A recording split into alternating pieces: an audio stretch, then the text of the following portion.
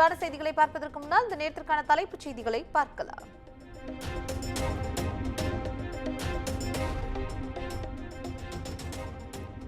அதிக விளைச்சல் தரும் 109 பயிர் வகைகளை அறிமுகம் செய்தார் பிரதமர் நரேந்திர மோடி. சிறுதானியங்கள், தீவன பயிர்கள், எண்ணெய் வித்துக்கள், பருப்பு வகைகள் உள்ளிட்ட தானியங்களின் விதைகள் வெளியீடு.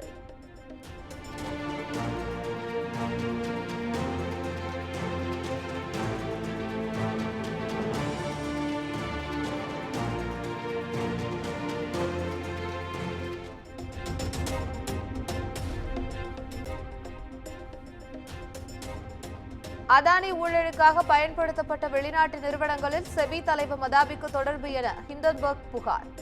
அடிப்படை ஆதாரமற்ற குற்றச்சாட்டுகள் என மதாபி அறிக்கை.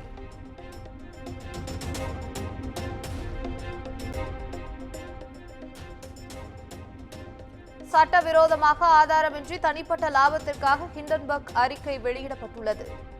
அதானி குழுமம் பதில் அறிக்கை.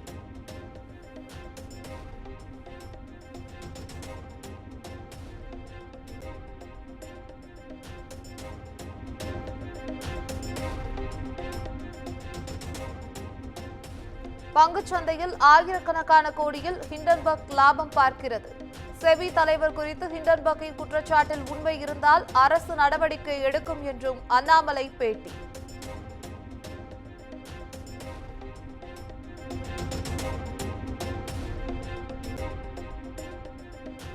மக்கள் பிரச்சனைகளை பொருட்படுத்தாமல் கார் பந்தயத்தில் திமுக அரசு கவனம் செலுத்துகிறது என எடப்பாடி பழனிசாமி குற்றச்சாட்டு. மக்களின் பணம் மக்களுக்கு போய் சென்றடைய வேண்டும் என்றும் சேலத்தில் பேச்சு.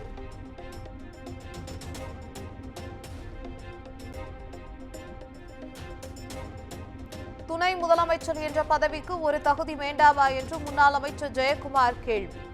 உதயநிதி ஸ்டாலினுக்கு என்ன தகுதி இருக்கிறது என்றும் ஆவேசம்.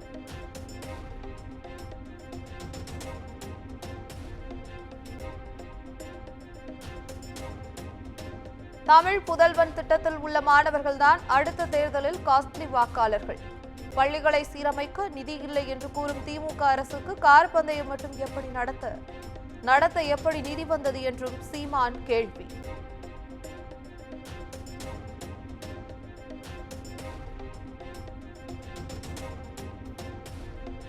உதயநிதி ஸ்டாலின் துணை முதலமைச்சராவதை காங்கிரஸ் வரவேற்கிறது.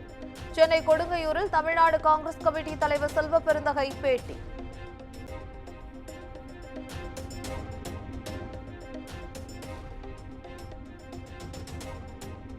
அரசு ஊழியர்களின் ஓய்வு வயதை உயர்த்தப் போவதாக பரவும் தகவல் வெறும் வதந்தி. தமிழ்நாடு அரசு விளக்கம்.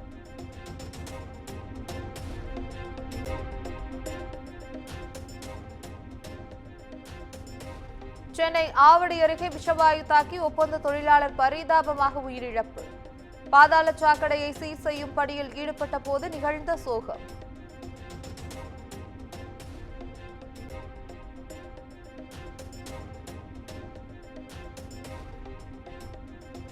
கனமழையால் தொடர்ந்து உயரும் கேஆர்பி அணையின் நீர்மட்டம். கிருஷ்ணகிரி, தருமபுரி, திருவண்ணாமலை மாவட்டங்களுக்கு வெள்ள அபாய எச்சரிக்கை.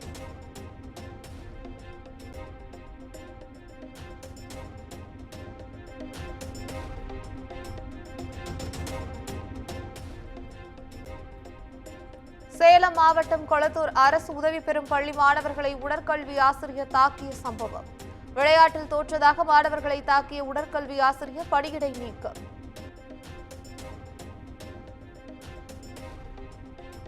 நாமக்கல் மாவட்டம் ராசிபுரம் அருகே 800 அடி உயரத்தில் இருந்து திடீரென உருண்டு விழுந்த பாறைகள். அடிவாரத்தில் உள்ள குடியிருப்பு பகுதிக்குள் விழுந்ததால் மக்கள் பீதி.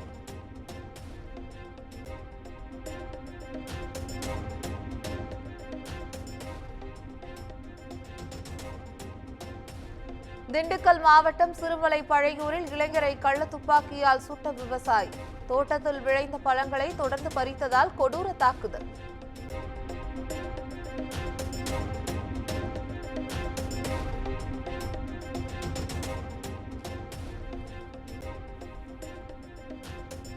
முன்னாள் மத்திய அமைச்சர் மு க அழகிரியின் மகன் துரை தயாநிதிக்கு மின்னஞ்சல் மூலம் கொலை மிரட்டல்.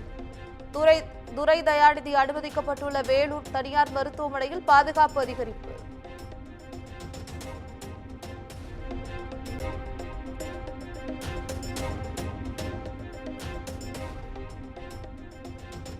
வார விடுமுறையை ஒட்டி உதகையில் குவிந்த சுற்றுலா பயணிகள்.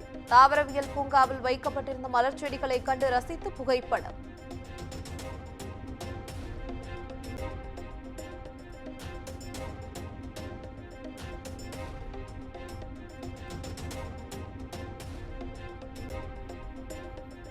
திண்டுக்கல் அருகே வெகு விமர்சையாக நடைபெற்ற மீன்பிடி திருவிழா. மத நல்லிணக்கத்தை வலியுறுத்தி நடைபெற்ற திருவிழாவில் 500க்கும் மேற்பட்டோர் பங்கேற்பு.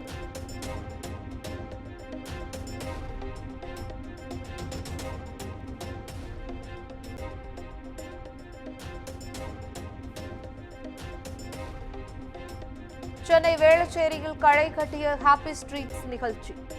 சிறுவர்கள் முதல் பெரியவர்கள் வரை நடனமாடி உற்சாகம்.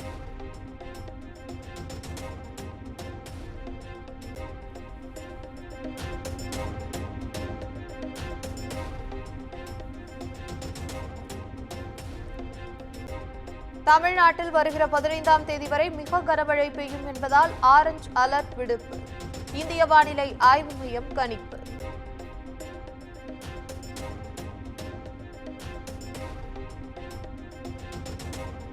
கர்நாடகாவில் உள்ள மிகப்பெரிய அணையான துங்கபத்ராவில் 19வது மடகம் உடைந்துள்ளது. அணையில் இருந்து தண்ணீர் சீறி பாய்ந்து வெளியேறுவதால் வெள்ளம் ஏற்படும் அபாயம்.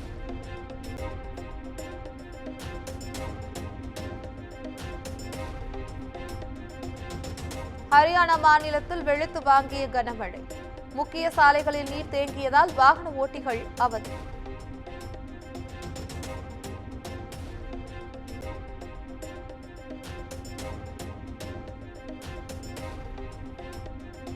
அமெரிக்காவின் சதியால் தன்னுடைய பேச்சு திரித்து கூறப்பட்டு வன்முறை ஏற்பட்டது. தாம் வங்கதேசத்தில் தங்கியிருந்தால் இன்னும் பல உயிர்கள் பலியாக இருக்கும் என மௌனம் கலைத்த ஷேக் ஹசீனா விளக்கம்.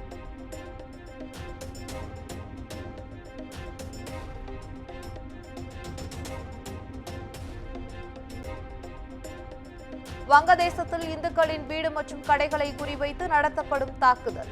டாக்காவில் இந்து மக்கள் சுமார் 7 லட்சம் பேர் ஒன்று திரண்டு போராட்டம் நடத்தியதால் பதற்றம்.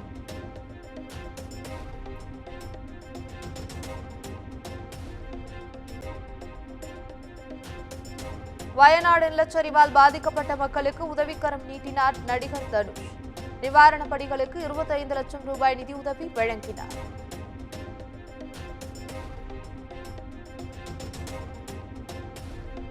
நடிகர் அஜித்தின் விடாமுயற்சி படத்தின் அடுத்த அப்டேட் இன்று இரவு வெளியாகும் என்று தகவல்.